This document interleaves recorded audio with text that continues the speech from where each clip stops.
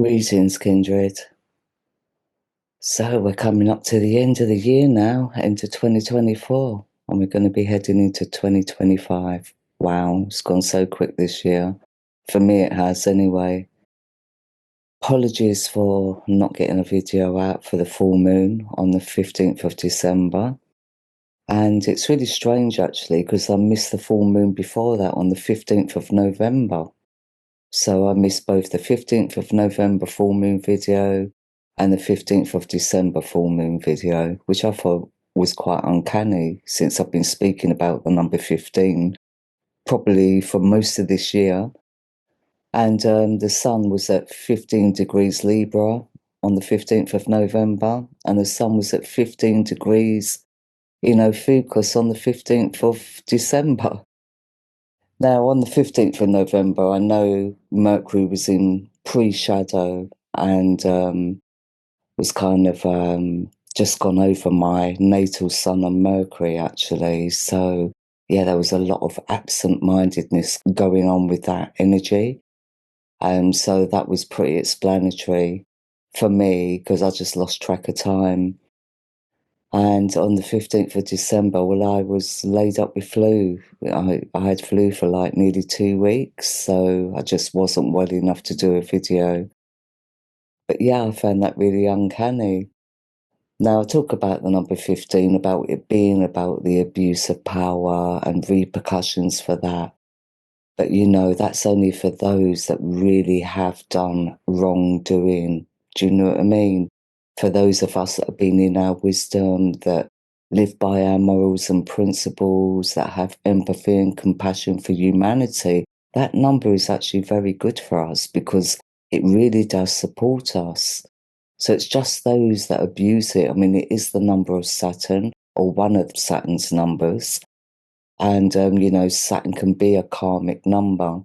But this is more about repercussions of wrongdoings in the past. And I've been seeing that number 15 in my charts. It's been really standing out to me throughout 2024. So I just found that quite uncanny, actually, that I missed both those full moons. I thought maybe everyone's just sick of me talking about the number 15, maybe. But anyway, here we are at the the last moon event of the year, the new moon, and it is a black moon. It's second new moon of the month. And yeah, so it is a black moon that we are ending 2024 on.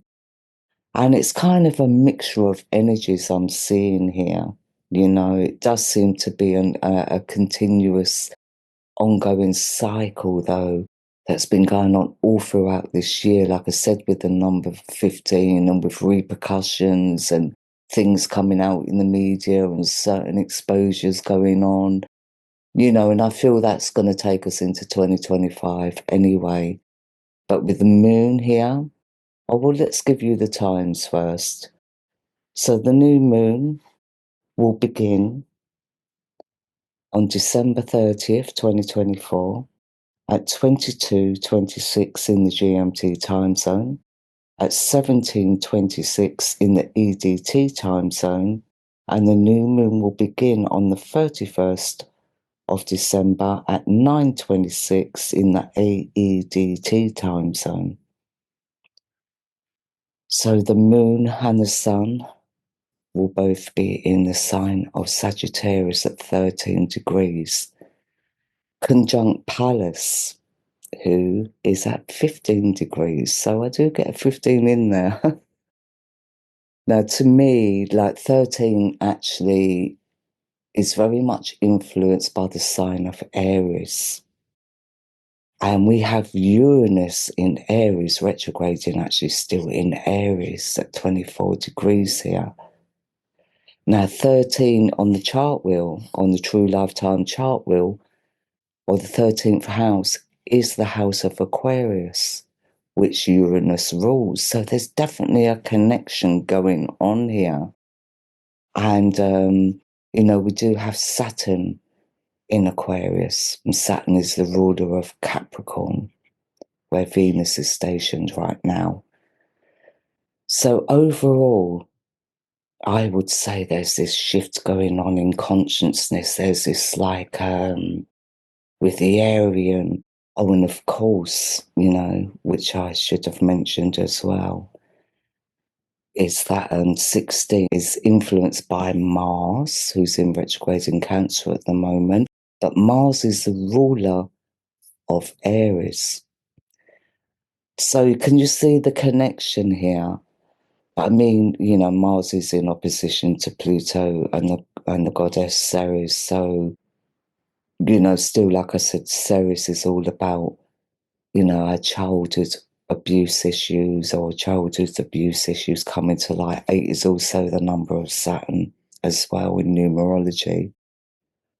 So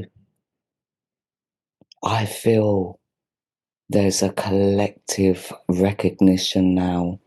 There's a lot of people kind of like seeing the patterns of abuse and like really getting like their strength. I feel it's all about the strength and the courage and the willpower is really prominent this new moon.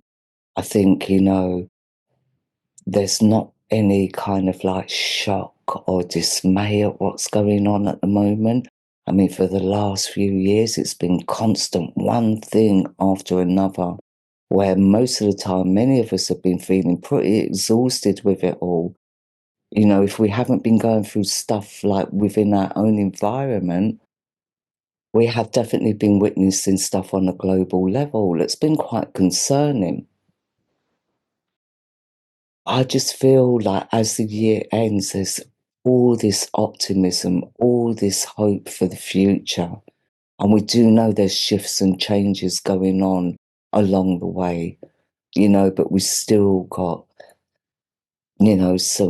some energies to kind of like trek through, and it is a trek. Going into January, I do feel there's going to be an escalation of what's going on now. But anyway, let's get into this. Now, I just want to say also that although Mercury's retrograde has come to an end, he's still in post shadow until he reaches back to 14 degrees in Ophiuchus. Now, that won't occur until the 3rd of January, so the Mercury retrograde process won't be fully over until the 3rd of January, and that's where we can breathe a sigh of relief. So I would say still be very cautious about signing contracts, buying electrical goods. There's still a little bit of brain fog going on. But, I have written a Mercury retrograde article. I wrote it several weeks ago now, and I will link that wherever you're watching this. I will link that article below so you can read through, because I do cover all the phases of the Mercury retrograde, including the post shadow where we're at now. So I will link that below for those of you that haven't seen it. So the only thing I would say with the moon in Sagittarius, even though it's like, it gives us a lot of optimism, the only thing is we can jump into things without thinking it through first. It's a very idealistic and sometimes over optimistic place for the moon to be. What I would say is, we mustn't jump on bandwagons. We must really, have our wits about us. It's definitely a time for analysation. It's definitely the time of year anyway for review. I find that when I come to an end of a calendar year, heading into the calendar new year, that I tend to, review the past year. And, this year's been pretty hectic for me socially. I mean, numerologically, I've been in a personal 6 year. So, and last year in 2023, I was actually in a 5 year. So that's when the shift started to occur in my life. I started getting distracted quite a bit.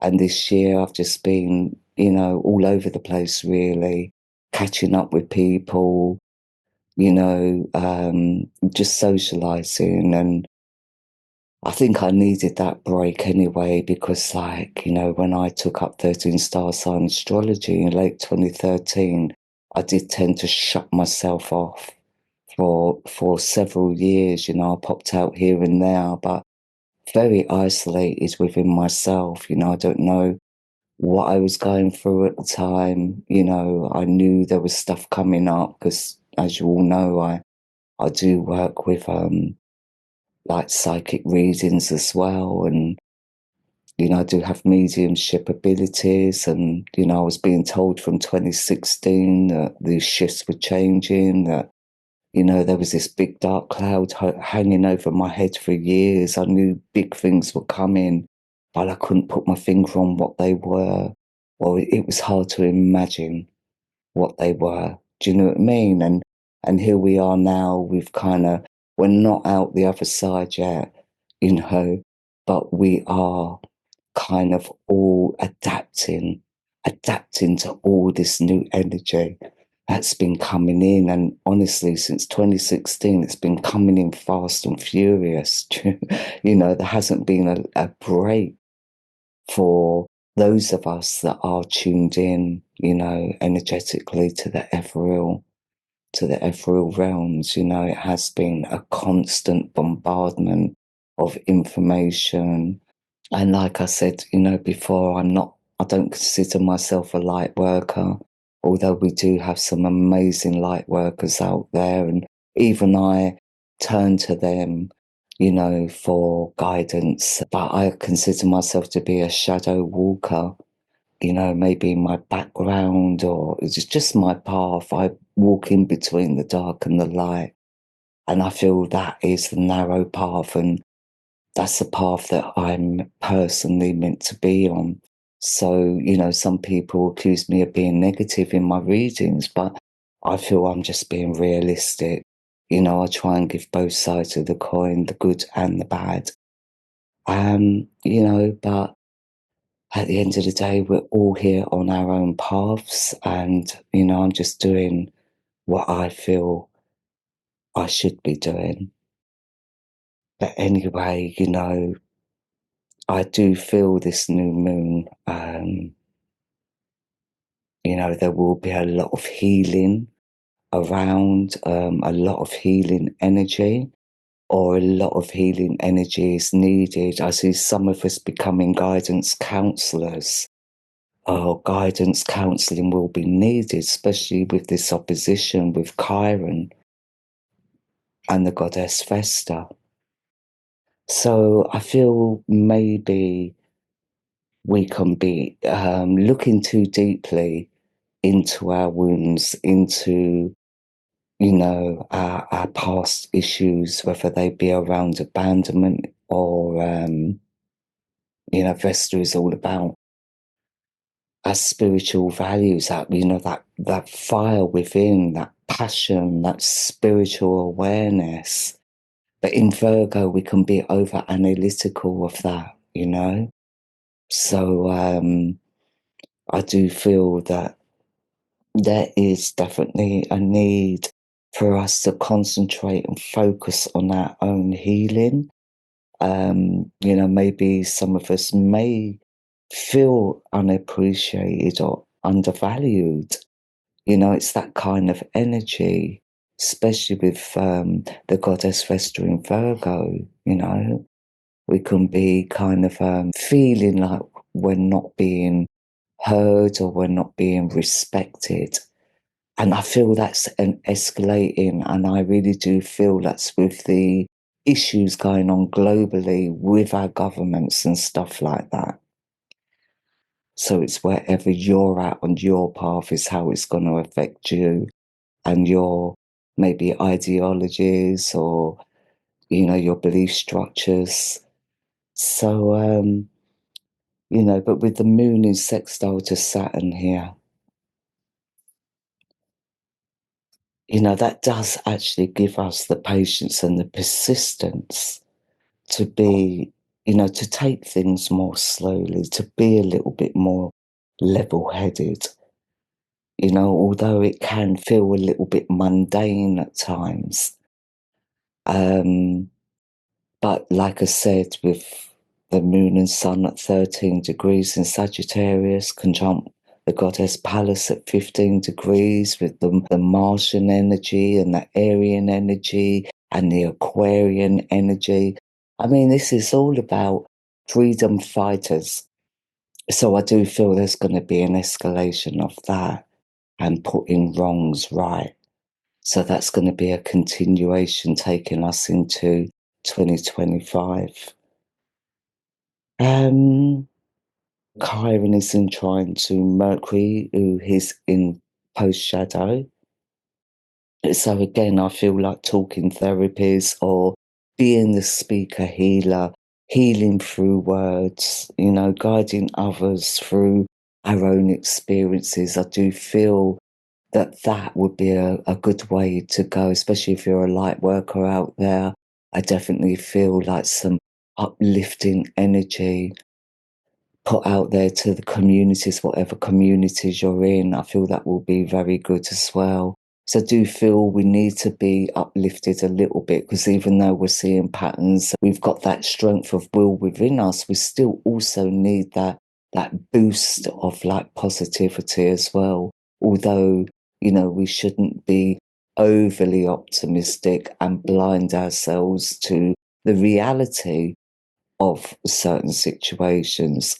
But also what I see here, and I don't feel this is on a personal level, I do feel it's to do with the global community, especially those in authority, or in the science, more in the science and religious sectors, that long-range goals are likely to be a little bit out of sync. So I definitely feel that certain authorities in those kind of establishments need to reevaluate their plans, because I feel like this energy is a warning to say that, you know, things shouldn't be rushed, but they should be reviewed, like gone over and reevaluated. And whether they do that or not is another story. So we do have two T-squares this new moon.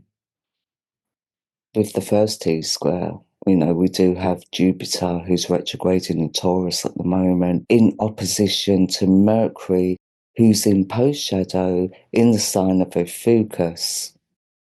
So, you know, with this energy, I do feel it's around philosophy or religious. It has that connotation to it. It's like our views, our attitude. I do feel it's around also with Mercury being Ophiuchus. It could be around, you know, the alternative industry, whether that be herbal, like medicinal, metaphysical. But the thing with Jupiter in Taurus, that's very traditional. So it's like the traditional versus the alternative. And the alternative with a focus is more about the organic. So, you know, I do feel with this square towards Saturn in Aquarius that, you know, there can be problems with the economy. You know, I mean, Jupiter and Saturn, they're the planets we use in business astrology as well as Venus. Now, Saturn is the ruler of Capricorn, Venus is in Capricorn. So I would say that, you know, there's definitely some tension there when it comes to the organic industry versus like the traditional, probably synthetic industry, or it could be around religion or doctrines, philosophies, stuff like that. But Saturn in Aquarius is not as rigid. But I feel because Venus is in Capricorn, I really do feel it's to do with the economy. So we are kind of seeing a lot of talk around the economy. There has been for quite some time now. So I just feel like watch out for that. Watch out for stuff happening around the economy and our sense of security. And we also have another T-square where, of course, Mars is in opposition to Pluto. In this particular, it's also in opposition to Ceres, but Ceres is quite far apart from Pluto. So this T-square with Mars and Pluto in opposition, which they have been actually for a little while now, especially since Mars is now in retrograde. So Mars was going direct and was opposing Pluto, and now Mars is retrograding and opposing Pluto. But they are both creating a T-square towards the goddess Vesta. So the goddess Vesta is a little bit under it at the moment, with Mars in opposition to Pluto, it is kind of like a warfare kind of aspect. But, it is an aspect that is really using the power for selfish gain. It's kind of like a very dark energy, which is not very pleasant. Now, with Mars in square to the goddess Vesta, this is really about our mission or our dedication versus our spiritual values. So that, that's putting pressure on our spiritual values, on our morals and principles, on our life's mission. And with Pluto in square to the goddess Vesta, it really is about control and control issues where we're willing to sacrifice, for, again, selfish reasons. Now, if it was just Pluto in square to Vesta without this opposition with Mars, I would say that it was like, a transformation in our spirituality, going up to heights. And I feel that is possible, but it's not possible without a lot of stress and a lot of tension. With Pluto now back in Capricorn, I would say this is very corporate, and we don't necessarily get a say in corporate decisions. Do you know what I mean? So, yeah, I do feel there's a lot of tension building there. And we also have this kite going on. It is an Earth kite. So we have Uranus in trine to Pluto, which is a generational aspect, and it's all about, again, transformation, reformation of civilizations, especially when it comes to science or religion or the occult. But it's about, sudden change. But there is like fascist tendencies there, fascist tendencies.